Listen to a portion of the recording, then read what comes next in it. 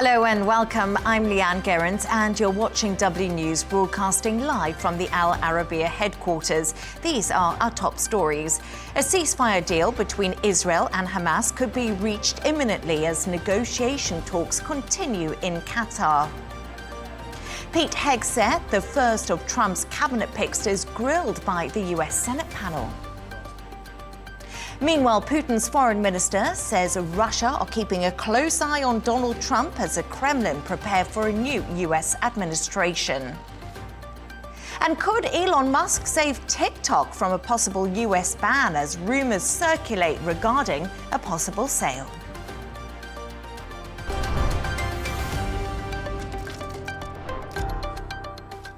To our top story, and ceasefire talks between Israel and Hamas have continued today with signs that the two sides are on the brink of an agreement. The draft deal includes the release of 33 hostages and a phased withdrawal of Israeli forces. Earlier today, Qatar's foreign ministry told the world's media they were confident a solution could be found. And in the last hour, US Secretary of State Antony Blinken has said the ball is now in Hamas's court. But over the past several weeks, our intensive efforts have brought us to the brink of full and final agreement. On Sunday, the United States, Qatar, and Egypt put forward a final proposal. The ball is now in Hamas's court.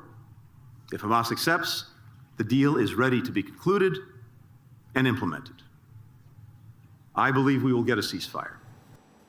Let's go to Tel Aviv now to speak to our correspondent, Sarah Coates. Sarah, good evening to you. Thank you for joining me.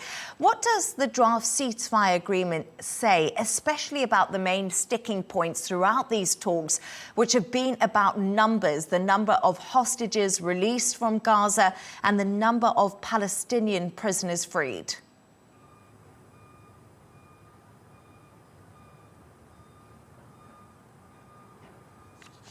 Hello there, Leigh Ann. It certainly has been a major sticking point, a stumbling block in these previous negotiations. From what we do understand, if there is a first round coming up in these potential talks, these ceasefire deal here, that there would be 33 people released. Out of that, for every female soldier, there would be 50 Palestinian prisoners set free. Now, furthermore, there would be for every civilian, a further 30 Palestinian prisoners released from Israeli jails. Some of these, Leigh Ann, with blood on their hands. Now, we can't actually give an exact number, and that is because, according to Israeli officials, Hamas still hasn't told these Israelis actually how many of these captives are alive and how many are dead. So they still cannot work out the exact number on this. But we are seeing reports coming in that if a first round does go ahead, that the first people that would be released would be civilians, followed by soldiers, female soldiers,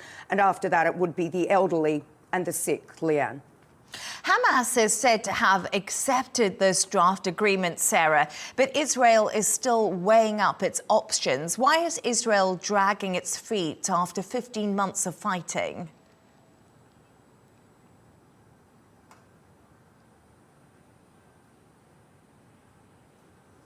We do need to remember that the Israeli government still would need to vote on this. It would firstly need to go through the Security Cabinet, and after that it would need to pass through the wider cabinet. Now, all it would need is a majority, so it certainly would be expected to pass, and this is really despite efforts from some in the far right, namely here the National Security Minister Itamar Ben-Gvir, who's really been campaigning throughout the day to try and get his former ally, that is the Finance Minister Bezalel Smotrich, to join him to try and bring down the government, to try and stop this deal going through. But from what we do understand, he would be alone there, and that is simply not enough to actually stop this deal from going through. Joe Biden is expected to give his farewell speech tomorrow. Donald Trump and Benjamin Netanyahu are strong allies. Do you think this is behind the determination to reach a ceasefire deal now?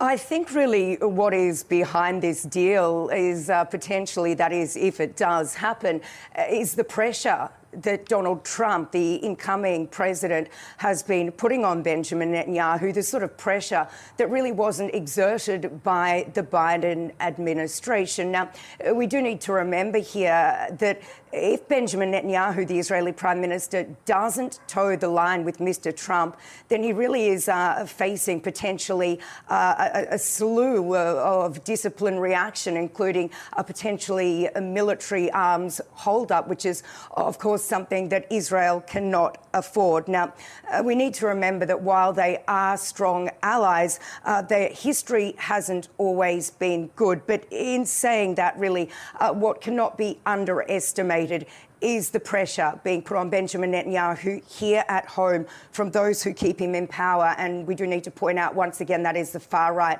Bezalel Smotrich and Itamar Ben-Gvir. And really, until this deal is signed and delivered, anything can happen. Leigh Ann. Yes, indeed, Sarah Coates in Tel Aviv. Thank you so much for that this evening.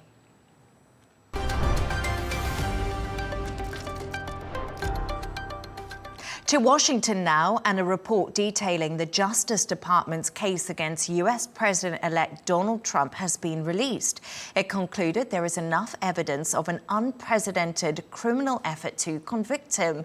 Former Special Prosecutor Jack Smith had prepared a 4-count indictment accusing Trump of plotting to obstruct the collection and certification of votes in 2020, which had to be dropped as he was about to become the president again.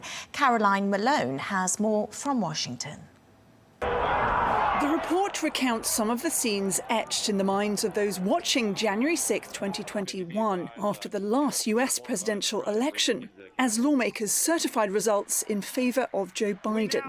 Donald Trump supporters protested, some turning violent and storming the Capitol. The report links Mr. Trump to the events that day that led to 5 deaths and 140 police officers being injured as they tried to prevent rioters from breaking in and harming lawmakers, as well as wider attempts to get states to overturn results in a, quote, unprecedented criminal effort to hold onto power. Special Prosecutor Jack Smith spoke out on the events last year as the indictment was released. Today, as described in the indictment, it was fueled by lies. Lies by the defendant targeted at obstructing a bedrock function of the U.S. government, the nation's process of collecting, counting, and certifying the results of the presidential election.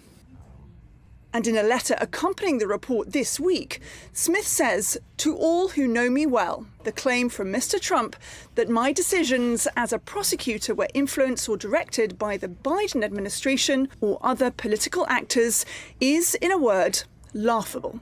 Well, that didn't stop Trump from widely criticising the report on social media on Tuesday, saying, deranged Jack Smith was unable to successfully prosecute the political opponent of his, quote, boss, crooked Joe Biden. So he ends up writing yet another, quote, report based on information that the Unselect Committee of Political Hacks and Thugs illegally destroyed and deleted. A critical takeaway from Smith's conclusions is there would be enough evidence to convict Donald Trump. But it's just 6 days to go now until the president-elect is inaugurated back into the White House. As such, the Department of Justice dropped the case so as not to prosecute a sitting president. Caroline Malone, Arabiya News, Washington. With less than a week to go until Donald Trump is sworn into office, it's time for his cabinet nominees to be questioned by the US Senate panel. Let's go live to Washington now to speak to our correspondent, Benji Hyer. Benji, good evening to you. Thank you for joining me. Pete Hegseth has been grilled today. He's Trump's nomination for Defense Secretary. What did the Senate have to say to him?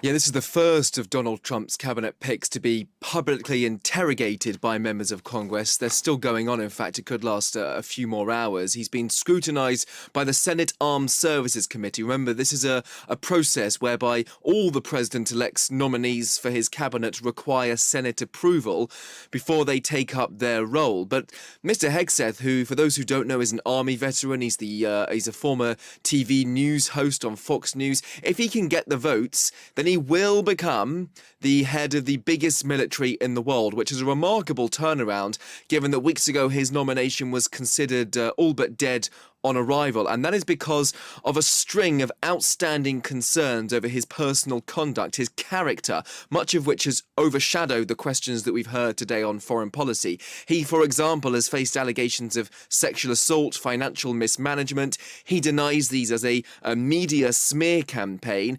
He's faced criticism for his comments about not allowing women or openly gay people to serve in combat, defending soldiers convicted of war crimes, his own mother even accusing him of abusing women, although she has walked back those claims since.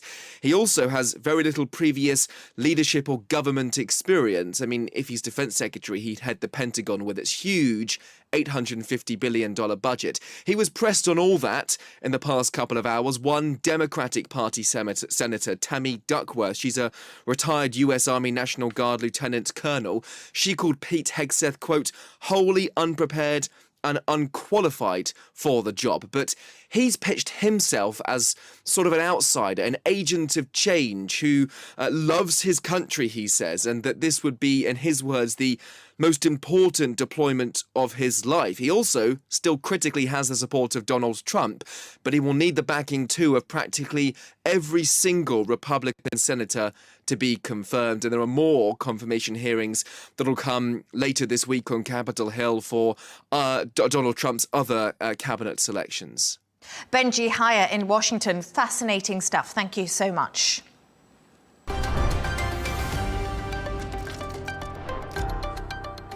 To Los Angeles now, when residents have been warned that dangerous Santa Ana winds could threaten the efforts of firefighters tackling the ongoing wildfires.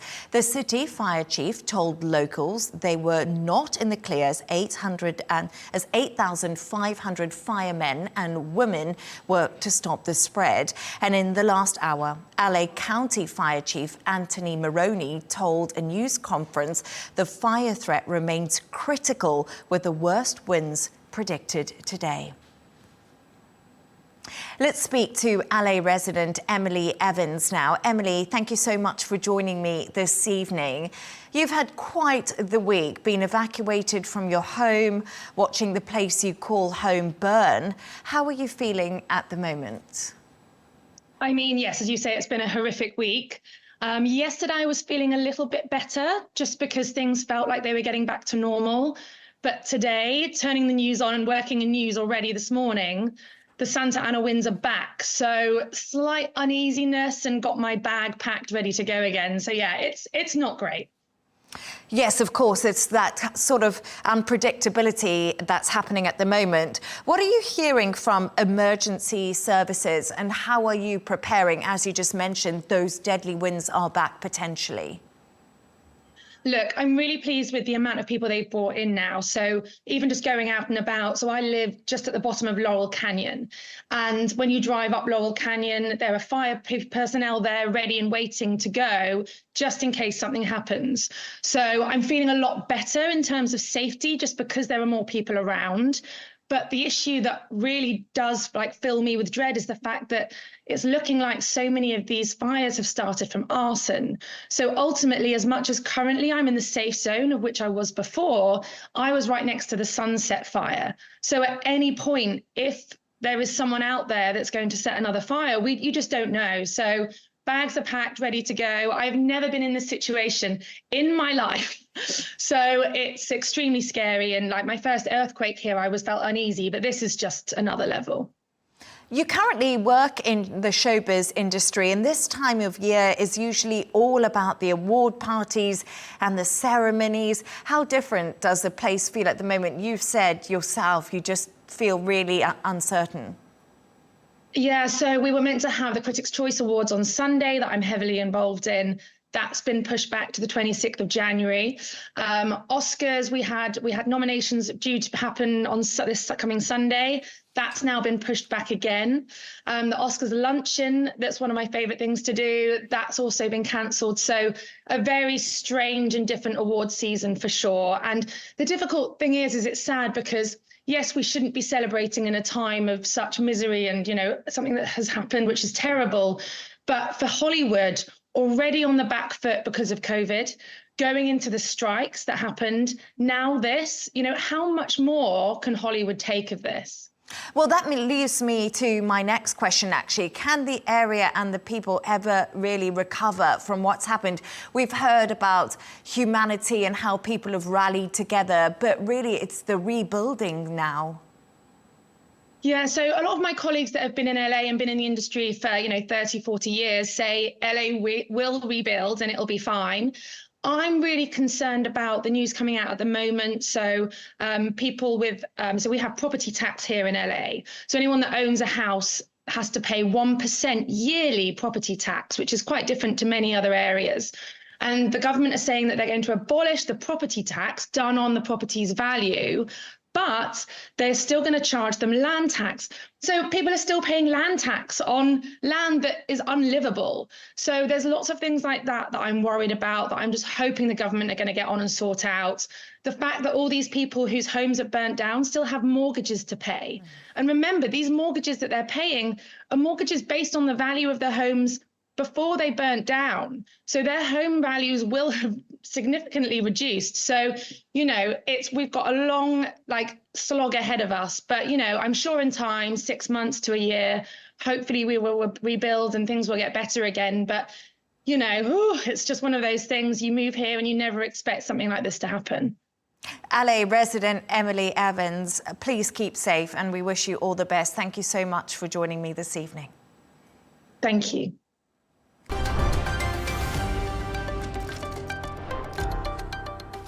Let's take a look at some of the other stories making the headlines today. Syria's foreign minister will visit Turkey this week, the first time since the fall of the Assad government. Assad al-Shabani said the trip will represent the new Syria, adding that Turkey has not abandoned the Syrian people for 14 years. Turkey is home to over 3 million Syrian refugees and has backed armed groups fighting the former regime's forces since 2011. The impeachment trial of South Korea's Yoon Suk-yeol has been adjourned after the former president failed to show up to court earlier today. His lawyer blamed the absence on the impending detention facing Yoon. If Yoon does not attend the next session on Thursday, the trial will go ahead with representation from his lawyers.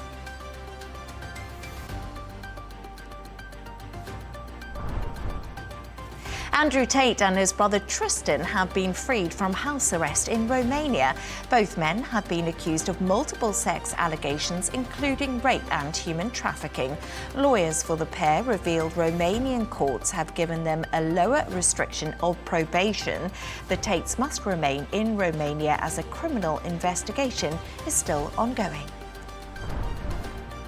The Prime Minister of Spain has proposed a 100% tax for non-EU residents buying Spanish properties to alleviate the ongoing housing crisis.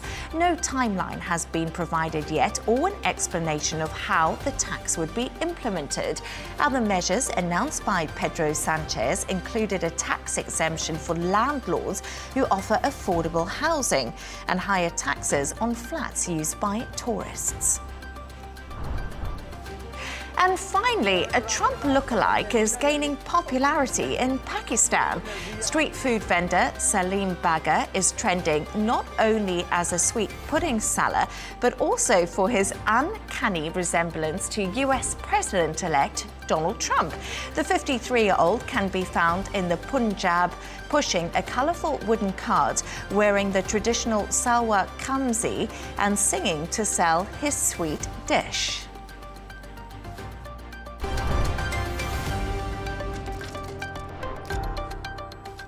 To Russia now, where earlier today, Putin's foreign minister, Sergey Lavrov, addressed journalists for his annual news conference.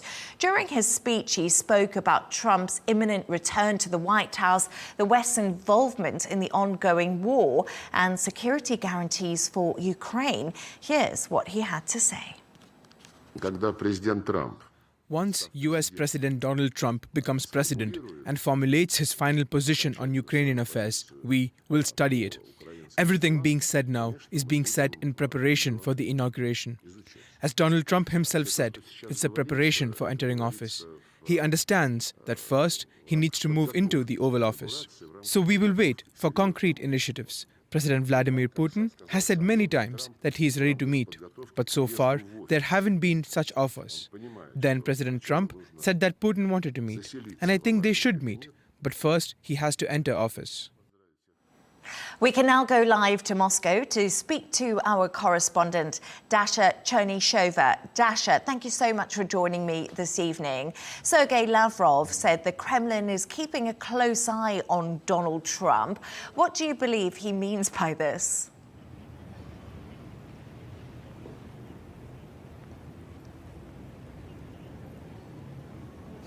Well, certainly there is some hope in Moscow that the approach of the new American administration will be different, but also there are many concerns because Moscow does remember Donald Trump's first term, and Moscow believes that it is very important to see the concrete steps made by the new U.S. administration exactly after the inauguration, because before, anything said before is seen in Moscow as the campaigning slogans or slogans that do not have the substance behind. So Moscow is definitely saying that it is open for dialogue, but at the same time it insists that it does need to see the first steps made by the new American administration. Interestingly, we also understand from the Russian side that it is interested in this dialogue. The Russian president has earlier said that he hadn't spoken to Donald Trump for the past 4 years and that the two sides had a lot to talk about. So certainly the understanding in Russia is that Moscow is interested in this dialogue and Moscow will be willing to conduct it. But again, Moscow remains open to what sort of initiatives, to what sort of peace proposals on Ukraine, for instance, or the wider security architecture in Eurasia, the new American administration will be bringing to the table. Dasha, Lavrov was also quick to criticize the Biden and indeed the Obama administrations, accusing them of interfering everywhere and spoiling relations. What does the Kremlin expect of the Trump government? And will things actually be any different?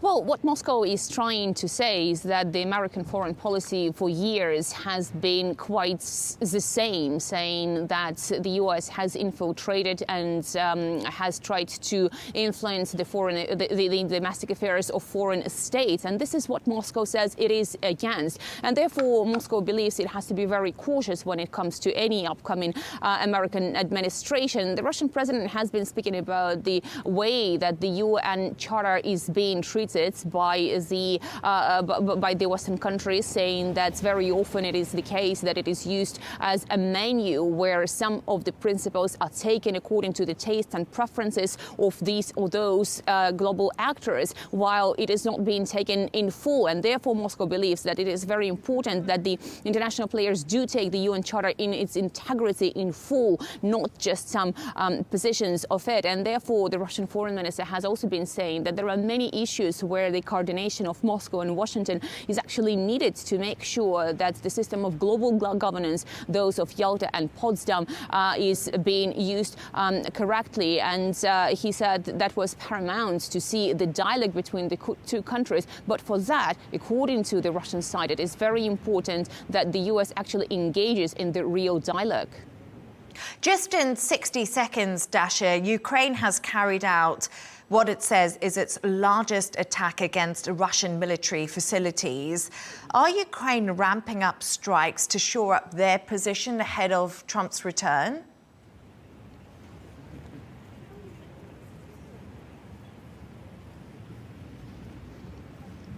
Well, definitely what we have seen this morning in various Russian regions was believed to be one of the largest scale Ukrainian attacks against the Russian territory since the start of this conflict, and definitely the largest since the start of 2025. We understand in Moscow that this is also an attempt to improve the negotiating position for the Ukrainian side, because they also understand that the Biden administration is outgoing and possibly some sort of new deal that could be reached should there be the potential meeting between between Trump and Vladimir Putin that could be bringing some humanitarian issues to the consensus. But it is very difficult to assess at this stage. What we see for now is that the Russian regions are subject to the Ukrainian attacks, and Moscow believes those are the attacks that are targeting the civilian infrastructure. Just this morning, the Russian airports have been shut down in various regions, including in Kazan, including in Nizhny-Kamsk, Ufa,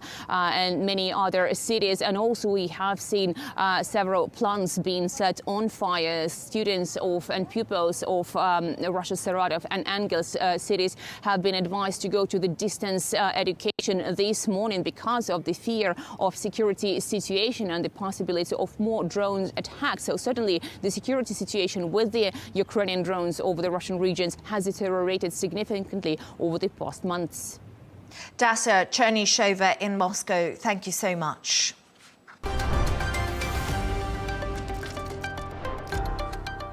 Let's take a look at the top business news. US small business confidence surged to its highest level in just over 6 years in December, extending post-election gains. The National Federation of Independent Business says its small business optimism index increased 3.4% last month, the highest reading since October 2018. The US election gave Republicans control of the White House and Congress. Small business owners tend to vote Republican. Now, Starbucks is reversing rules for its cafes in North America that allow people to use their facilities without buying anything. The changes are a U-turn from a policy introduced 6 years ago that let people linger in their coffee shops without making a purchase. The move, which comes in force at the end of this month, is part of the company's plan to tackle flagging sales. Let's go to sport now, when Katie Boulter has become the 6th British player to win their first round singles match at this year's Australian Open, the most in the nation's history during the Open era. Emma Raducanu is also through to the second round in Melbourne, but Italy's Matteo Berrettini came from a set down to beat Britain's Cameron Norrie. And Cristiano Ronaldo has extended his contract with Al Nassr as he remains the highest paid player in football history. The 39-year-old striker has scored 81 goals during his 90 appearances for the Saudi side after making a move to the league club in 2023. It's believed Ronaldo's new deal will see him earn about $204 million a year.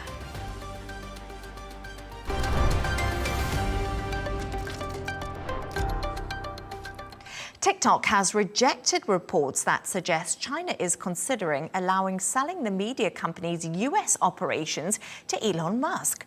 China's foreign ministry spokesman also declined to comment on the story during a regular press briefing on Tuesday. TikTok's comments came in response to a report by Bloomberg that claims Chinese officials are weighing an option that could see its business in America sold to the world's richest person if the US Supreme Court upholds a ban on the app later this month.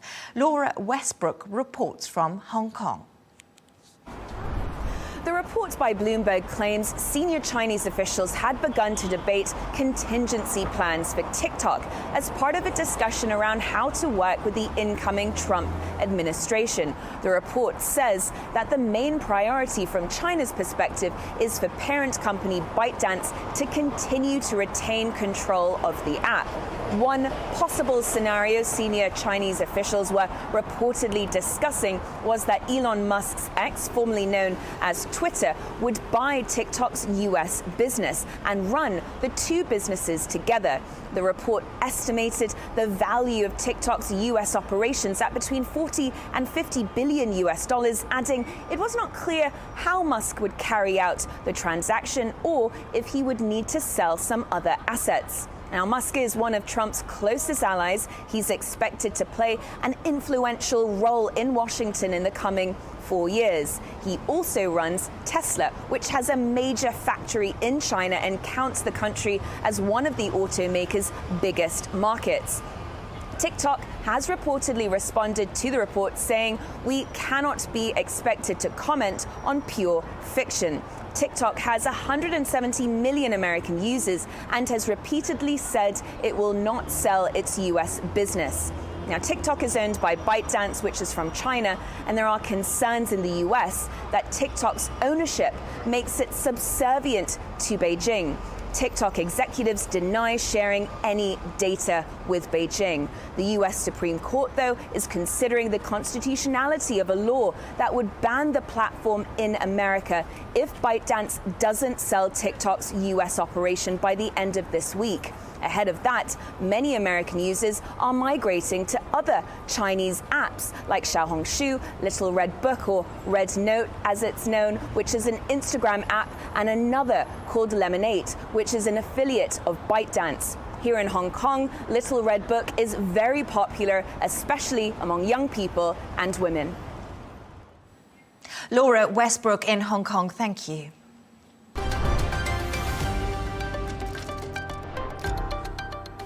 A reminder of our top stories. A ceasefire deal between Israel and Hamas could be reached imminently as negotiation talks continue in Qatar. Pete Hegseth, the first of Trump's cabinet picks, is grilled by the US Senate panel. Meanwhile, Putin's foreign minister says Russia are keeping a close eye on Donald Trump as the Kremlin prepare for a new US administration. And could Elon Musk save TikTok from a possible US ban as rumors circulate regarding a possible sale? And that's all from us on W News. Thank you for joining us. Coming up, a special interview with Layla Baker, the Regional Director for Arab States in UNFPA. And don't miss Tom Burgess-Watson with GNT.